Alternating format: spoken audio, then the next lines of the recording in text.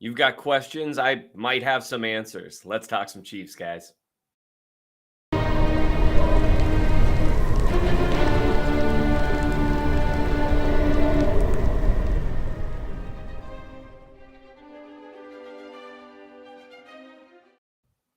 Welcome to the Chief of the North mailbag. I'm Seth Kaiser, or Minnesota Chiefs fan, or the Chief of the North. I'm running out of names. I'm going to, by the end of all this, I'm going to be at some kind of, first of his name, father of dragons, which, depending on the day, is kind of how my kids act. But anyway, I'm Seth Kaiser. It's awesome to see you guys. If you're here, you know why we're here. At least I would assume so at this point. Every Thursday, we'll be doing a mailbag, taking your Chiefs questions, or otherwise, honestly. Last week, someone asked me about biblical interpretation. So who knows where we're going to end up. I'm excited to see you guys. It's awesome to be back. Thanks for all the participation in the previous weeks. This has been a whole lot of fun. Check out every Monday or Tuesday when we do Keys to the Kingdom, when we look briefly at what the main storylines are going to be heading into the week. And then, obviously, we'll be here every Thursday. If you want to get your mailbag questions in, while we are live, it says live. Hello, people who are live commenting. I hope you're playing nice with one another today. But I am not here live. I cannot see the questions you are asking because I can't see into the future. But if you want to submit a mailbag question for next week's, you can put it in the comment section after this is finished live streaming. A couple of you did, and so I'm going to start with those this week. So that's where I'm going to be looking, and then every Wednesday during the day, or in this case in the late evening, I'm going to put out a tweet requesting mailbag questions. You guys are always so great to respond. So those are the two places you can get it. So comment section here or Twitter every Wednesday. Those are the two places. I'm not sure about a third. I had someone ask me about an email. You can just simply send an email to the email that's connected to the Chief of the North newsletter, which is my Gmail.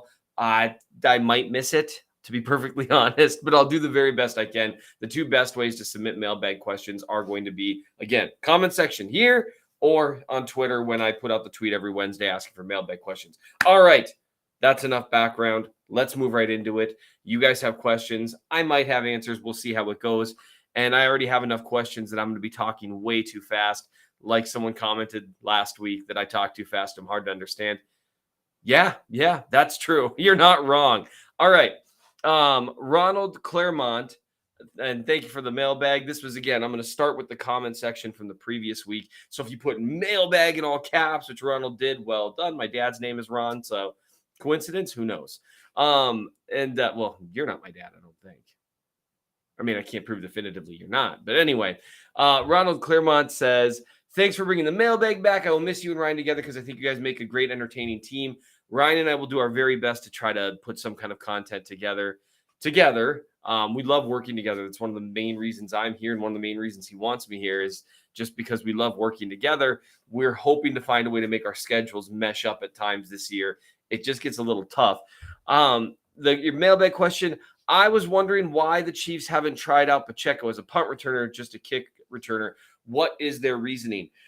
So kick returner and punt returner require two very different skill sets.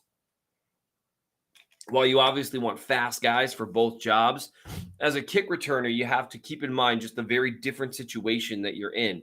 So, with a kick returner, you have a definitive setup for your blockers in front of you. You've got a definitive set of lanes. You've got a definitive set. It's almost schemed up in a sense, right? Whereas with the punt return, you do have some ideas as to what you'd like to do, but it's a lot more chaotic. There's a lot more places that the punt could go, and it's a lot more about quickness, making guys miss in the open field. Whereas it's almost like if you were to compare the type of movement that you would want to see from someone receiving a quick pass to the flat, or the skill set you want to see with someone running outside zone and the ability to make one cut and go. The second one is a kick returner. The first one is a punt returner. Pacheco hasn't necessarily shown a ton of vision and the ability to really set up blocks in terms of really making guys miss in open space. Whereas in terms of one cut and go, he can do that. So that's why I think they probably haven't tried him out as a punt returner. And that's why you see him a little more as a kick returner. So All right, we got a couple more here. Benjamin Watchold, I always butcher names. It's one of my favorite parts of doing the mailbag, honestly. Said, wasn't wearing Raider colors. Awesome. Sorry, technically Raider colors, but it's Chief of the North swag, which, by the way, if you check out Ryan's shop, you can get. It's one way you can support Ryan. You can support me. You support the site. I personally have a couple of the shirts, and I love them, so I'm a little biased, though. Let's see if we can have an above average defense that can be ranked in the top 20 and keep it all year to be an equal partner in winning games. So you're wondering if we can have an above average defense. Well, maybe. And I've got a few questions that resemble this. Basically, so much of it is going to be contingent on at least two of the rookies, because they're going to be relying on 3 or 4 rookies to play a ton of snaps. They need 2 of them to be above average players, in my opinion, to have an above average defense. I think Bolton and Gay can really help with some stuff. I think Reed's going to be a good addition. I think the safety group looks strong. But really, unless barring, Frank Clark recapturing 2018 form, or barring, Snead and Fenton having just lockdown seasons, and even then you need a third corner there. You need 2 rookies, whether it's Karlaftis and McDuffie, probably most ideally, because they're going to get the most playing time, have the biggest roles, or whether it's Cook, whether it's Williams. You need 2 guys to step up and play above average. And that's a lot to ask of rookies. However, if you do get that, it really fills in some gaps that we thought they were going to have on defense. So I could see that happen. Chiefs enjoyer. I enjoy the Chiefs as well. Mailbag, I saw a chart that said the Chiefs led the league in yards before contact on runs, but last in yardage after contact. What are running backs more valuable than we think, or is the running scheme holding them back? That's kind of a false choice, I would say. I don't think it's either. Running backs, they can add or reduce value. So even, you got to remember, even with the Chiefs having one of the best run blocking units in the NFL and getting not a ton out of it, not really taking advantage of it that much, they still had one of the 3 most efficient offenses in the NFL, which is demonstrative that the running game just doesn't move the needle that much. It does situationally and game by game, but overall, it just doesn't add to the picture as much as the passing game. And I'm sure as I say this, these are the things I can say when Ryan's not here with me. I can explain the running game's just not that important. Don't tell Ryan I said that. That said, it certainly matters in the sense that it does at least, let's say the Chiefs had an above average efficiency run game last year, they probably would have bumped from 3rd in the league in efficiency to 1st. So it can move the needle a few spots, and situationally can matter a lot more, right? If you convert on one, 2nd and 5, that as opposed to being put in 3rd and 5 and having to punt, that might not move the needle too much throughout the course of an entire season, but in that game, that certainly matters. I don't think it's really the run scheme holding them back. I do think that they are having some issues with their particular runners.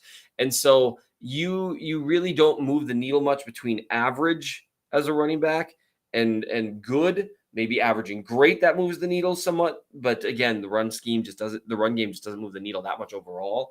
But it does matter. And that's where you're seeing it, especially in terms of, how do I phrase this? In terms of guys not matching up particularly with what the Chiefs want from them. And that's just a problem that they are going to have to deal with.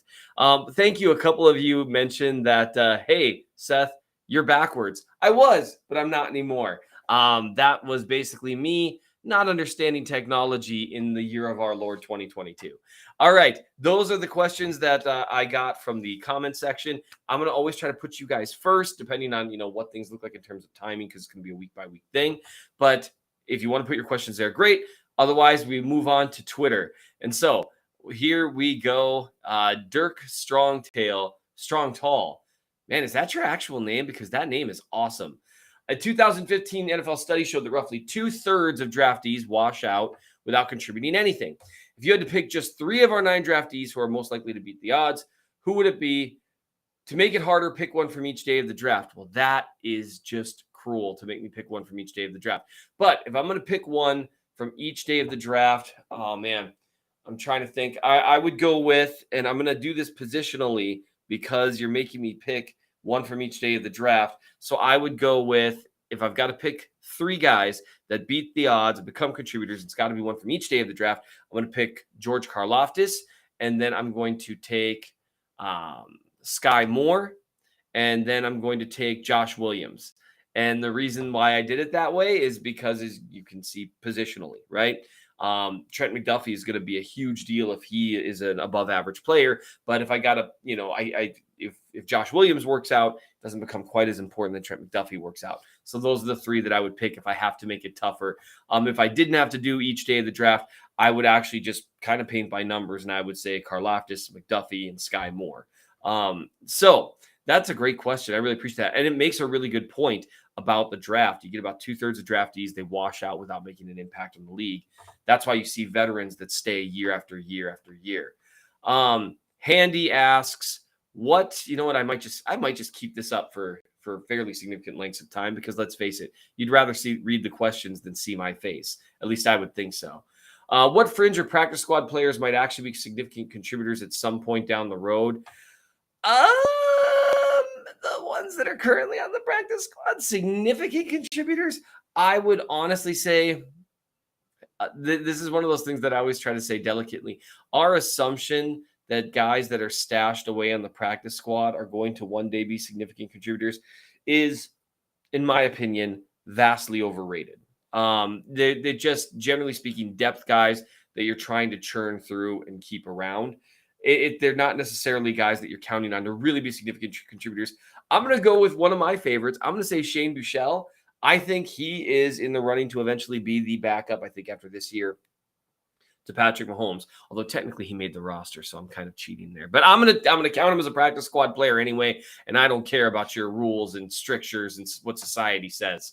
All right, next we've got Jordan McRae. Is Michael Burton going to take his rightful place and have an increased role in the offense? Okay, so now we've all found Ryan's burner account, so that's nice. Jordan, I would just say Andy Reid's offense is always going to have a fullback. It doesn't mean that he's always going to use that fullback, or even often going to use that fullback. I don't think he's going to have much of an increased role in the offense. I think you're going to see a lot of what you saw last year. I do think he's going to convert like 10 first downs this year on short yardage situations, maybe more. And that's enough. That's something. It's helpful. I do think that one thing to take into account with a fullback in terms of helping the run game, I really think that you need to keep in mind that there's really no it doesn't help the offense necessarily. People want to see, line up an I formation, hammer them. But anytime you bring in a fullback, you are basically encouraging them to stack the box. You're dragging in another linebacker at least, and you're really tightening up the space that a running back has to work with. And so in your best case scenario, your fullback is essentially blocking the guy that he already brought into the box, when what you could do is just have a third wide receiver instead. And then there's a corner who's already not in the box, and you don't even need to count on blocking him. So that's just a reason why it's a little bit difficult to really have a fullback that moves the needle in terms of run blocking, unless it's T. Rich or someone like that. Adam Gabriel Jensen, if KC is really gearing up to have cap space in 2023, what's the big splash move, specific position, or even player? I don't know if they have a specific position in mind, or specific player, I should say. I think in terms of position, what I would most likely see from them would be some kind of splash along the defensive line. I'm curious to see what they're going to do with Chris Jones. Hopefully they keep him around and sign him to an extension. Hope have it to where it's last long enough to where he maybe retires a Chief. He's a great player, and they rely on him so much on defense. But that is still a place when you look at, Dunlap as a Band-Aid. Hopefully he has a great year, but he's in year 13 of his career. Frank Clark, I think it's his last year in Kansas City, barring some kind of miracle. So I think the defensive line is the most likely place to see a splash. And that is a place where if you are going to grab someone, you need to spend. And that's just how it works. So that would be my biggest guess in terms of them having cap space. I also think they're going to utilize it to keep around the guys that they already have. All right. Championship swagger of this rookie class, which has the highest floor, which has the highest ceiling, in your opinion? I think the highest floor is Trent McDuffie. He has just looked exceptional. He's got a great skill set, great feet, really good feel for zone concepts, is always in the right place. I think he's got the highest floor. I think the highest ceiling, especially in this offense, is Sky Moore. And that's partly a function of the offense and partly a function of his skill set. He is his ability to get clean releases, his hands, his quickness in and out of breaks. Those are all things that translate really well. We're going to see what it looks like starting week 1, but I think his ceiling is probably the highest when you take into account his skill set and the offense that he's working in. Brian Miller, swing tackle options for via trade, offensive tackle talent depth is beyond concerning. Yep, I agree. Options, virtually non-existent for the most part in terms of actual viable swing tackle depth that you're going to be comfortable with. If it's a tackle that someone would be comfortable with taking starter snaps, which is what you're talking about in terms of like being comfortable with a swing tackle, they'd be starting or they're not available for trade, generally speaking. Now, there are guys out there who, of course, would surprise if they were given an opportunity.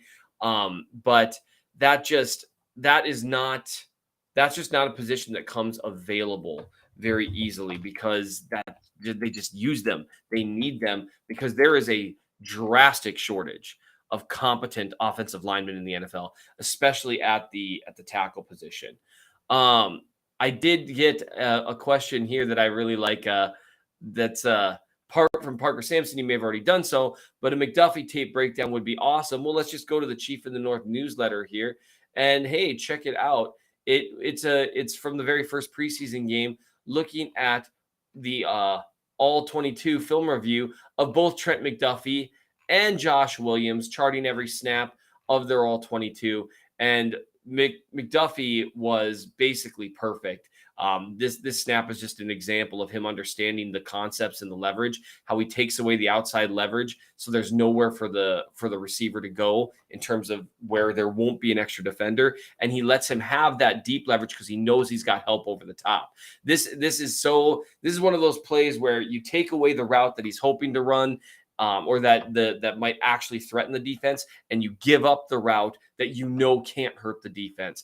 It's demonstrative what I wrote here of McDuffie's awareness of the route versus the coverage. So that actually is available on the Chief of the North newsletter, and it is actually unlocked for anyone to read. So I appreciate that question. But yeah, I broke down every single snap of Trent McDuffie's tape in that week 1 game, and he's been super impressive every time I've watched. All right, let's keep moving here. Sick and Wolf. Nice. Seth, how are you? No one seems to ask, but how are you? And what are you most excited about for this season? You know what? No one does ask me that. I'm doing well. Life is good. I'm a little bit tired. I probably work a little too much, but overall life is good. Family's doing really well. Kiko, our new puppy, has been a fantastic addition to the family. She's a great dog. But yeah, life is good. I hope you're doing well. What am I the most excited about this season? It's the same thing as every season at this point. Watching Patrick Mahomes and breaking down Patrick Mahomes. That is just one of the most genuine privileges about doing this job. I can't believe I get to watch a guy who I think is going to go down as one of the all-time greats. I get to break down his film every week. It's the most fun part of this job because every week he does something new, different, and exciting. Brian Case, do you see anything, Michelle, that would indicate he can be a long-term backup? I'm talking too fast again. To replace Henny eventually. Honestly, I see nothing special that half a dozen other players in the league couldn't provide. Well, here's an interesting. I'll ask you this. I'll frame it this way, Brian, because I think that's a good way of it's a good question. And I don't see anything like super special out of Bouchel. It's like, oh, future starter or something like that. But here's what I would say. When you say I see nothing special that half a dozen other players in the league couldn't provide, if you get a backup quarterback that can provide something that only half a dozen to a dozen other guys could do, you're situationally doing pretty well with your backup. So I would kind of flip that on its head and say, like, yeah, half a dozen other players could do that, but that's not that many guys in the league. And one thing I like about Bouchel, and he's got a few things to work on. He occasionally makes throws that kind of blow my mind in terms of like, why would you do that? It seems like a young guy thing, but he's got decent athleticism. He's got a decent arm, and he seems really game to stand in the pocket or make a play with his legs. I think he's a guy that you can you can build something around with that if you take out some of the boneheaded throws that he makes occasionally. So I actually like him as a long-term replacement, but I've been kind of a fan since last year, so I'm not super unbiased when it comes to him. All right, Kyle asks, given we are now running back by committee, which back is best for throwing in cold and which needs multiple touches in order to really get going? That's a really good way of framing it. At that one, it's tough to say. I think Jet McKinnon has shown that he can be thrown in cold and he can just go. He seems to be a guy that he can come in after having not played for multiple series in a row and contribute. I do think that to really get going, the style of runner that Isaiah Pacheco is, and this is saying something that we don't really know for sure. I think him and Ronald Jones both seem to be guys that need multiple touches to get themselves going, just with their style of running. I think Ronald Jones, I know he fell out of favor with fans, including me. I think he has an opportunity to contribute more than people think. I do think he demonstrated in that last game that he's a better runner than the other guys the Chiefs have, I think. Clyde still hasn't quite shown a ton in that area. Pacheco has a lot to prove there. McKinnon has some he has some talent, but he has some injury concerns. I think they're going to want to control his caseload. KC Grossnickel says, do you have the ones we already sent you? I'm assuming you mean mailbag questions. Yes, in the comment section, the ones that I read off there. And so if you ask the questions there, then I will answer them there or again here on Twitter. Jeremy H. asks, oh no, this one's going to get me in trouble. Who controls the 53? And if Veach, is it hubris that kept Herring and Canedale, or did they really earn the spot? Meaning inability to let go of his picks, seeing what you want to see versus what is really there. I love Glenn, an old buddy of mine. Shh. Who controls the 53? I think if you were to ask Brett Veach and Andy Reid and Clark Hunt, they would tell you, well, of course, our general manager, Brett Veach, controls the 53.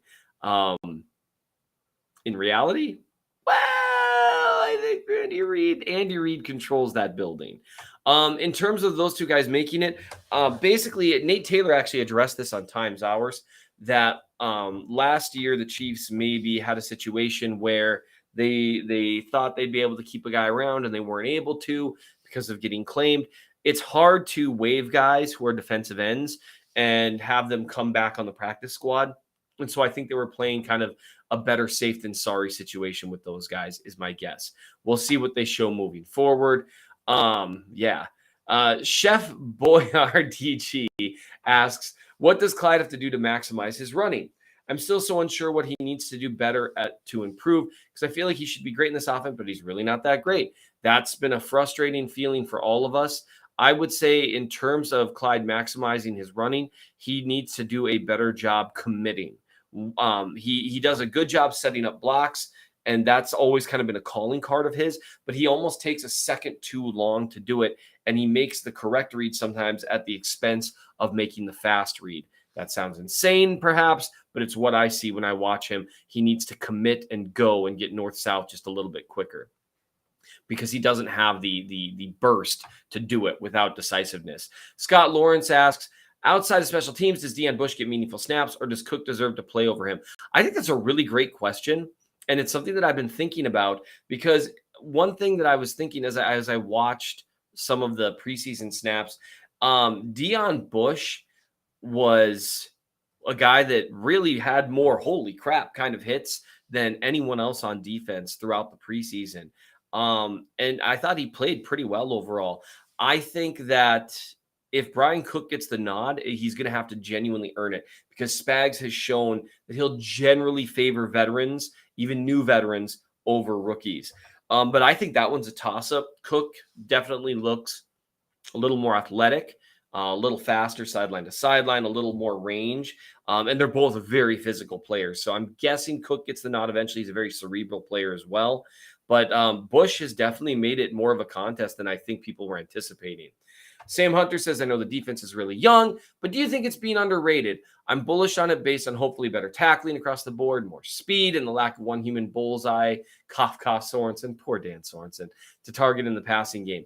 I don't know if it's being underrated, just because whenever you're counting on that many rookies to succeed, it's hard to be underrated, at least early. I do think that the thing that I see that makes me a little bullish, to use your term, is that the rookies that they need to perform well have performed well so far to date.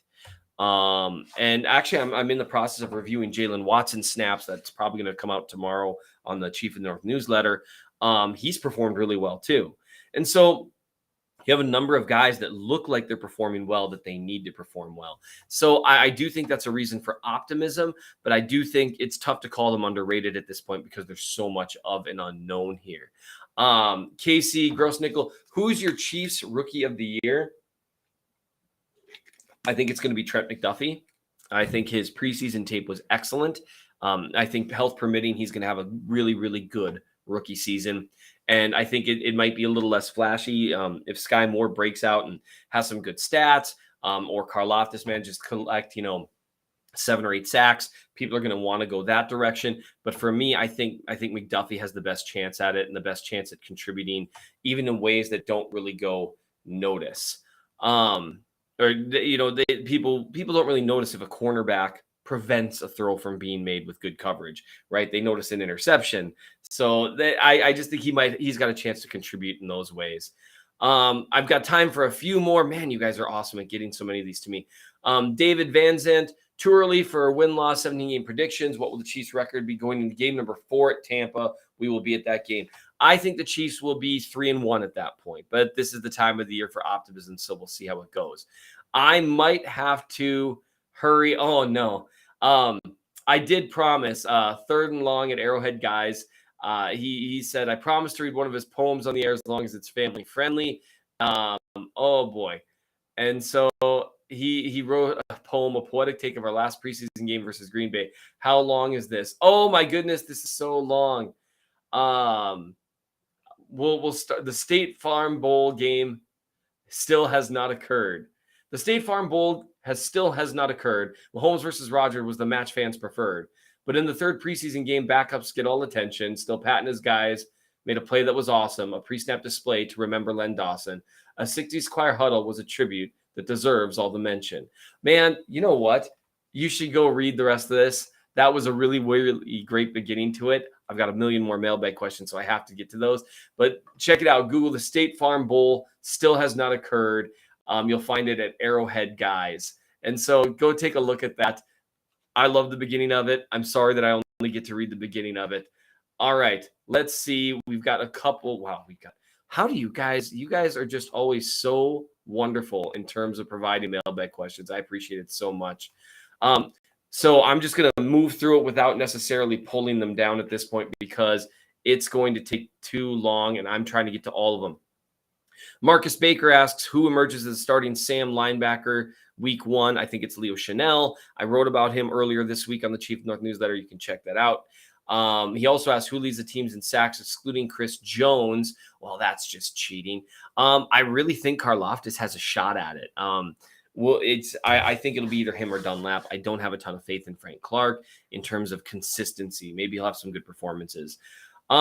Mike in Sweden, what was the biggest surprise for you on the initial 53? The Chiefs really painted by the numbers in the 53. I think the biggest surprise wasn't necessarily a player, but it was positionally. The fact that they kept 4 running backs and a fullback was the biggest surprise to me. Brian Larson says, Shelton, Raider, and Fountain all in practice squad, Elijah Lee too. No Josh Gordon. Is the Gordon experiment completely over, or is there any chance it gets revived? I think the Josh Gordon experiment is done. I will say this, people are going to view that experiment maybe as somewhat of a failure. Obviously, he didn't really move the needle in terms of the offense, but I will say good on him for getting back into the league and doing what he needs to do to stay in the league. Good on him. That couldn't have been easy. There was a really long journey for him, and hopefully he catches on somewhere else and kind of continues that journey trying to come back. It's hard to change your life in a way that allows you to get back on course when things get so derailed. And so good on him. That's not easy to do. Tatank asked, does CEH get a 5th-year option? I doubt it. It would just be a little too expensive. Brian Carender, who leads the Chiefs in rushing this year? I think it's Clyde, but I think that's going to be an opportunity function. We'll see. Hopefully he just crushes it this year, but I do think it'll be Clyde. Uncle Glenny, hey Glenn, you can swap anyone on this roster with anyone in NFL history. The only caveat is they have to wear the same number. So McDuffie for Dion, Jones for Greg Lloyd, Karlaftis for LT. You get the picture. Let me think. In terms of number, I'm trying to remember great number 20s throughout NFL history. I have to. I just need to look up something really quick in terms of. Yep, that's what I thought. With all due respect to Justin Reid, I think there's 2 options that I would go with. I think the most obvious one, sorry, George Karlaftis, I'm swapping you out for LT because, come on, that's, I mean, arguably the greatest defensive player in history. The Chiefs have a need. I mean, that's kind of a no-brainer. Either that or, sorry, Justin Reid, I'm swapping you out for Ed Reed. Because those two, those are a couple of very easy decisions for all-time greats. McDuffie for Dion would be a great choice too, but those would be the 2 I would do. Kyle Henning says, is there a free agent veteran that agreed to join the practice squad that surprises you more than others? Or should I say a veteran the Chiefs cut that agreed to sign to the practice squad? I'm just double checking here to make sure that I've got the list of names correct. Let's see. I did see, and this is one of those areas where I can never remember the exact people. I do think Austin Reeder and Danny Shelton were a little bit surprising to me because both of them seem like guys that could have found maybe backup positions on other teams' rosters. So that surprised me a little bit. Just because, again, you when you see guys that you think could catch on elsewhere, for them to agree to join a practice squad, but then again, they cleared waivers, so they might have just said, you know what, this is the path of least resistance, make a little cash, and stick around because maybe they know that they're eventually going to get rotated into the roster. 1987 George Harrison Mullet says, remember when you were with the Beatles? It's it's got the Chris Farley gif here. You know what? I'm going to share that just because. Remember with the Beatles? You did that album. That was awesome. That's what I feel like sometimes anytime I get a chance to talk to a player. I'm usually like, hey, remember that? That was awesome. And it's probably not the most helpful thing. Jeff asks, can you drink 6 bottles of wine? I assume so. But who knows? At this point in my life, I haven't touched a drop of this stuff in 14 years. So I'm assuming I still could, but I don't think I'd be doing well. Ooh, that does not sound very good for me, but I think so. I don't know. It's hard to say. I'm sure if I get together with Briscoe often enough, he'll try to convince me to. Cards, Chief Blues. We got time for just a couple more. Was Michelle put on the 53 because they're hopefully can be the long-term backup? We already kind of addressed that. I think so. Yes. I think they thought that he would get stolen. So that's what I think happened there. Just a Chiefs fan says, who scores more touchdowns this year? Hardman, Fortson, or Sky? Oh man, I don't want to overrate whatever you're going to see from Fortson or Sky more. I think Hardman's probably got the best shot of the 3 of them. But you know what? I'm going to go with Fortson anyway because it's way too late for me to change how I do these things because I am this is a Jody Fortson fan account, even though this isn't really an account. This is a video, but you know what I mean. King Sangre says, how many wins in a row before you predict we lose? 3. Why? Well, because I said they'd be 3-1. Earlier. So I'm just trying to be consistent. One last one, carnivore by birth. You guys. If the time were right, say the end of the half, do you think Andy would ever give Butker a chance to kick a 65 or 70-yard field goal? Yeah, I absolutely do. I think Andy Reid is here for that kind of shenaniganry, and I think it would be a lot of fun to see it. All right, Ryan's going to kill me because we are now almost at 35 minutes. You guys just asked so many great questions. I just hate the idea of not answering every one of them. Thank you guys so much. Remember, if you have questions for next week, put them in the comment section, not the live stream. I'm not going to see that. I'm sorry. There's so many questions there, guys. Not the live stream, the comment section after. Put mailbag in all caps or a bunch of question marks in front of it. I'll take a look at that first next week. In the meantime, be sure to check out the Keys to the Kingdom on Monday or Tuesday when that drops. The little brief, a little more quick and dirty as to what I think are the most important storylines in Chiefs Kingdom that week. Don't forget to do all the like and subscribe and all those other fun things.